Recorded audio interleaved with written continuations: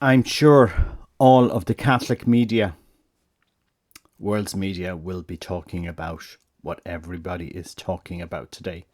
And so I'm not going to rehash what you all already know is happening at this moment in time. I'm just going to point to something prophetic that maybe people haven't realized today. If you happen to have this book, it's called The Magnificat. It gets published every month.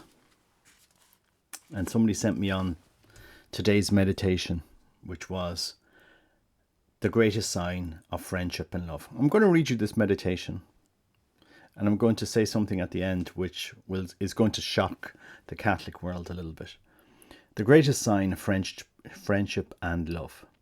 This, then, is the last and greatest sign that our Lord could give. He who sat at the table with sinners gives himself to be their meat. He at whose table we desire to stand as servants come forth himself to serve us. He who lives secretly within the heart, yet who is incarnate before men's eyes, once more repeats that crowning act of love and presents himself under the visible appearances to those eyes that desire to see him. If humility is the essence of friendship, here surely is the supreme friend.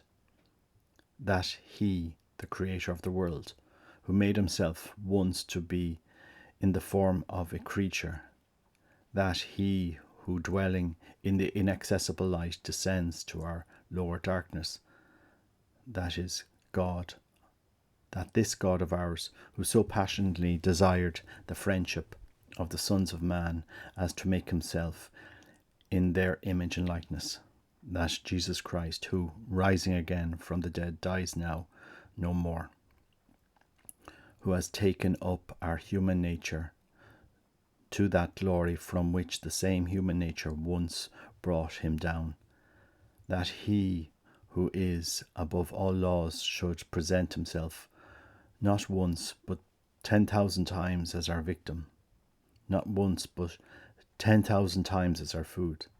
This is indeed the Jesus whom we have known in the Gospels and in our own hearts, our friend by every right and every claim.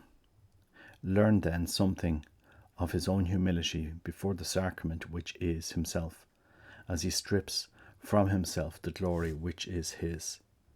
We must strip from ourselves the pride to which we have no right, every rag and shred of that complacency and self-centeredness that are the greatest of all obstacles to the designs of his love. We must humble ourselves in the very dust before these divine and gracious feet, which, not only in Jerusalem 2,000 years ago, but today in these cities in which we live, travel so far to seek and save our souls.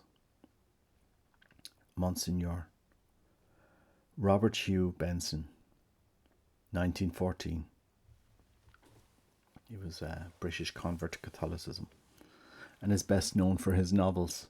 And a few days ago, I did a video on Robert Hugh Benson and his prophetic novel called Lord of the World, a novel which both Pope Benedict and Pope Francis asked us to read. And if you read The Lord of the World, I think you will tie into it what we seem to be living through at this moment in time in humanity. As we are, and it's not to feed into people's fears, but we are on the cusp of World War III, whether we like it or not. Alliances are being made and battle lines drawn. So pray for the world, pray for peace. I think it's interesting that Robert Hugh Benson on this day, his meditation is placed in the Magnificat. God bless you. Take care. Bye bye.